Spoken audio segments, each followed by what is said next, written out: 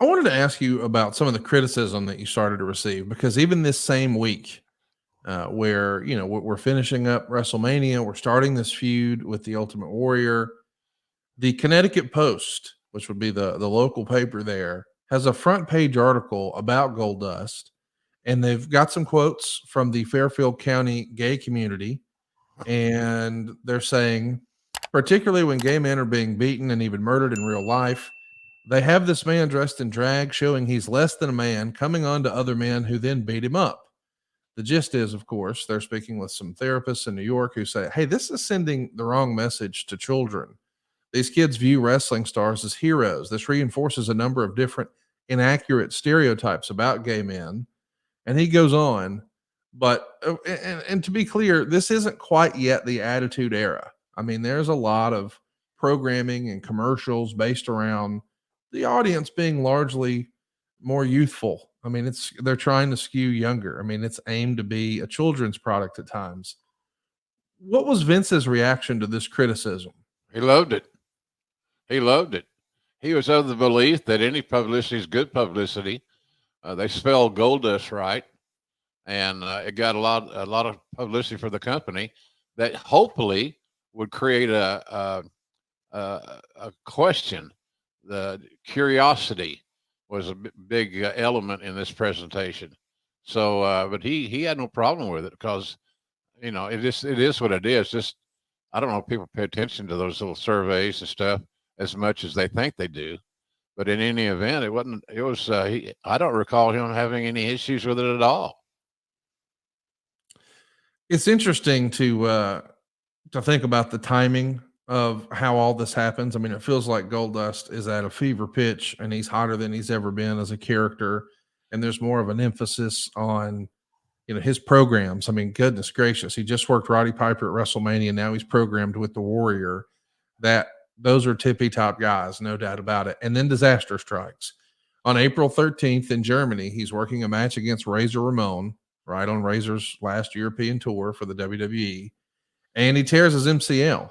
And they're going to rush him to Birmingham to meet with Dr. James Andrews. And that's where they realize, hey, this can't be fixed through arthroscopic surgery. And you're going to have to, do a lot of rehab.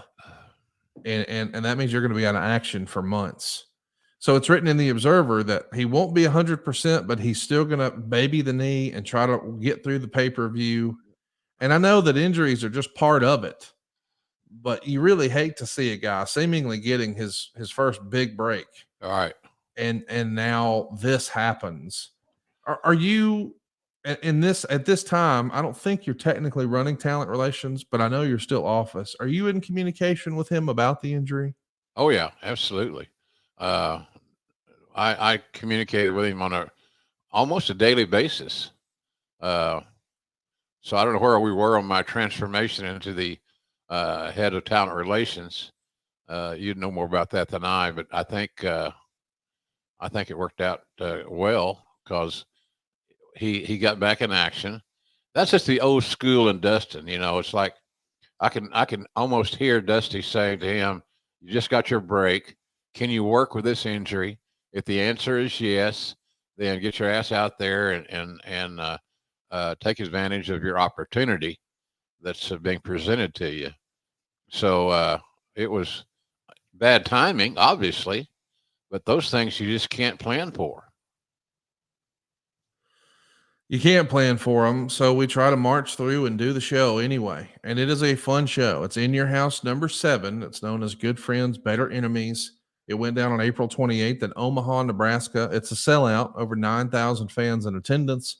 Over 8,000 of them paid a gate of nearly 121,000.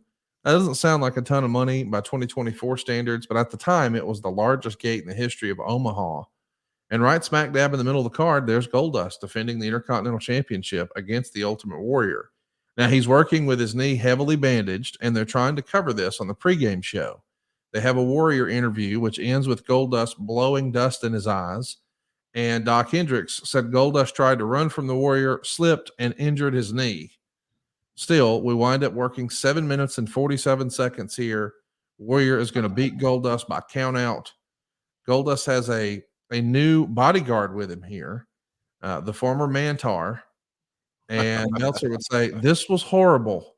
Warrior grabbed Marlena's cigar and began smoking it, sat in her chair, put on Goldust's wig, and Goldust mainly complained that he was barely in the ring. And it would have been okay for 2 minutes, but it just never ended. Right. Finally, Warrior burned Goldust's hand with a cigar, clotheslined him out of the chair, which was the first body contact of the entire match, and Goldust walked out for the count out. Not only a worst match of the year candidate, but a worst match of the decade candidate, 3.5 stars. Wow. Now, of course, in reality, if Goldust couldn't do anything, if Dustin couldn't really work, you probably should have just canceled the match. But Vince probably didn't want to give up that pay-per-view revenue. He still had high hopes the Warrior was going to be a big draw, right? Oh yeah, we had great expectations that Magic could be reproduced, reverting back to the old days of the heyday of the Warrior.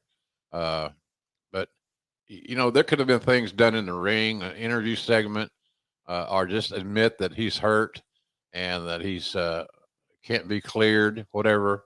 There's a million ways to get around that. That's a non-issue to me. But they still tried to have the match. The old show must go on, and sometimes that's not the right decision. In this case, it wasn't the right decision because I don't know we did either guy any good by how that match was presented. You're kind of damned if you do, damned if you don't. Because on Yep. the one hand, you probably don't want to put the Intercontinental title on the Ultimate Warrior. You want to position him as one of your top guys. And well, the Intercontinental title is the number 2 belt, and we're still new in this relationship. How long is this going to last? And we know, with the benefit of hindsight, not much longer. Yeah. But at the same time, you don't want to squash Goldust. You don't want to do what you would normally do and say, well, he's hurt and going to be out, so let's take the belt and put it on this guy. But if Yeah. you're not sold that he's going to be around, this is just an awful spot. But it is the number 2 match on the pay-per-view for the number 2 belt. And boy, the newsletter guys, they were not happy with this decision. Do you remember receiving much criticism about it, or was it just another day? No, it was. There was a lot of criticism about it. A lot of people complaining of the match quality. I find that perplexing because what it tells me is that the fans just didn't really know how badly Goldust was injured, and the fact that he needed surgery to repair his ailment. So it was. You're right, Connie. It was damned if you do and damned if you don't.